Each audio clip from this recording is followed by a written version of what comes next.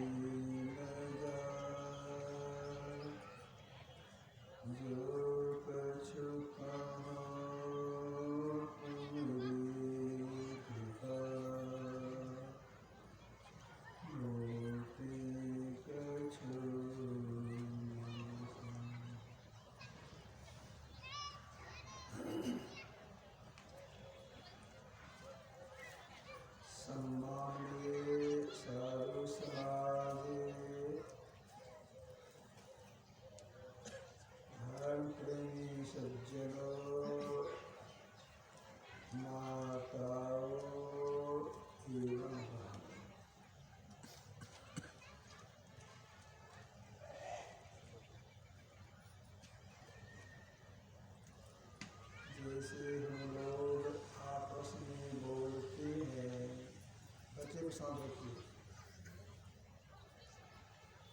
यह कुर्ता मेरा है, मतलब हम कुर्ता पहने हैं, हम कुर्ता नहीं है।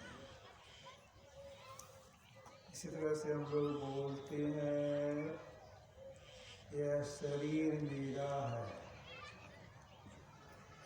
शरीर हम धारण किए हैं, हम शरीर नहीं है। इस शरीर रहने वाला जीव है। जीव किसे कहते हैं? भगवान राम ने लक्ष्मण जी से कहा, माया आप जान कहिए सूझी, बस उसे मत कीजिए। जो माया को, ईश्वर को, अपने आप को नहीं जानता है, बस को जीव कहती है। तो हम जीव सृष्टि काल से, बच्चे कह को बंद कीजिए, पीछे बच्चा हल्ला करता है, बच्चे को भगा दीजिए वहां से। हम जीव सृष्टि काल से अनेकों प्रकार के शरीरों को धारण करते हुए छोड़ती हुई आ रही है। शरीर धारण करने में और उसको छोड़ने में जीव को असह कष्ट होता है।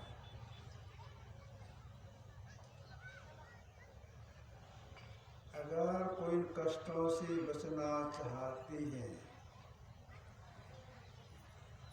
तो उन्हें क्या करना होगा? जितने भी बड़े बड़े महापुरुष हो गए, जितना सदगुण दिखा गया है। सबका एक स्वर में यही कहना है, उन्हें राम की भक्ति करनी और कोई दूसरा उपाय नहीं है। तुलसीदास जी महाराज ने लिखा है, राका पति खोस उहाई तारागण समुदाय सकल गृंद बल्लाए बिनु रवि राति न जाए। ऐसे ही बिनु हरि भजन खलीसा मिटन जीवन कीर कलीसा। राकापति कहते पूर्णिमा की चांद को। एक चांद का जब उदय होता है, आकाश में बादल नहीं रहता है, साफ आकाश रहता है, तब तो लोग मोटी अक्षर की जो पुस्तक उसको पढ़ लेते हैं, दूर की चीजों को देख लेते हैं। जिनकी आँख कुछ तेज है, कोई सुई के छेद में धागा पिरो करके कपड़ा भी सी लेते हैं। एक चांद के प्रकाश में खोड़ वही 16 चंद्रमा के द्वार की उदय हो जाना, चार कितना प्रकाश होगा। आकाश जितने तारे हैं वे भी हो जाए। 16 चांद का उगना, ताराओं का उगना, और संसार जितनी जंगल है, पहाड़ है, सब आग लगा दी जाए, एक बार की बहुत प्रकाश होगा। इतना प्रकाश होने पर भी कोई व्यक्ति ऐसा नहीं कर सकते हैं कि रात्रि चली। रात्रि की समाप्ति कैसे? एक सूर्य के उदय होने से रात्रि की समाप्ति। ठीक इसी तरह से संसार की सारी संपत्ति किसी एक को प्राप्त हो जाए, बहुत प्राप्ति हो जाए, फिर भी उस जीव का आवागमन नहीं छूटेगा। आवागमन कैसे छूटेगा? राम परमात्मा की भक्ति करने से। जिनकी भक्ति करने से हम जीव का परम कल्याण होगा, अगर उनकी सही भक्ति कोई करना चाहती है, बोले राम परमात्मा का क्या स्वरूप है, यह बुद्धि के द्वारा जान लेना पड़ेगा, तब उनकी सही भक्ति कोई कर सकती है। राम परमात्मा के लिए कहा गया है, वे सबसे पहले के हैं, उसके पहले कुछ भी नहीं,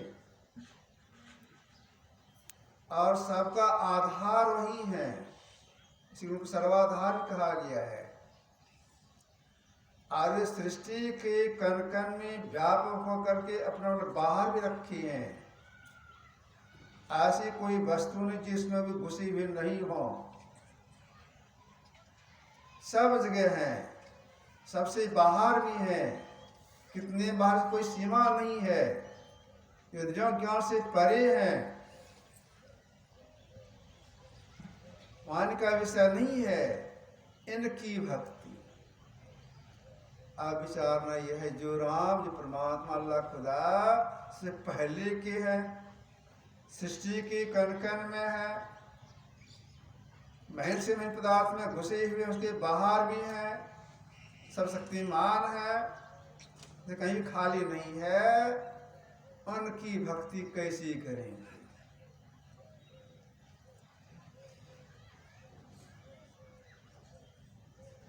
एक उच्चकोट के महापुरुष हो गए गोस्वामी तुलसीदास जी महाराज। इन्होंने संसार के लोगों से कहा, जो परमात्मा, जो अल्लाह खुदा ज्ञान से परे है, सब में सबसे बाहर है, तर्क से भक्त करना चाहते हैं, क्या करना होगा? उन्होंने संसार के लोगों से कहा, 3 अवस्था तजहु भजहु भगवंत। कैसा भगवंत? मान क्रम वचन अगोचर व्यापक व्याप अनंत। इंद्रियों की ओर से जो परे हैं, सब में सबसे बाहर हैं और सही मन की भक्ति करना चाहती हैं, 3 अवस्था तक हो, तब सही भक्ति होगी तो जीव का परम कल्याण होगा। 3 अवस्था से मतलब क्या हो गया?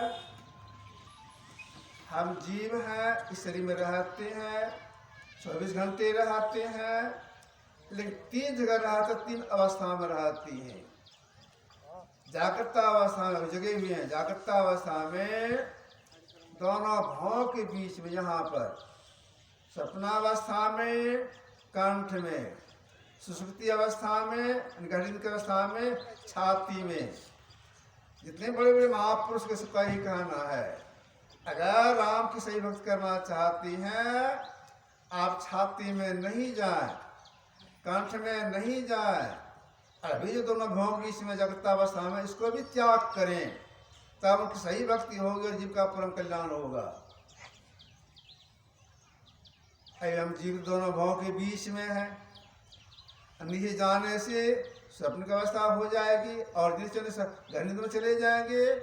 उसको नहीं, नीचे नहीं जाना है, 3 अवस्था छोड़ना है, दोनों भावों के बीच में इसको भी छोड़ना है।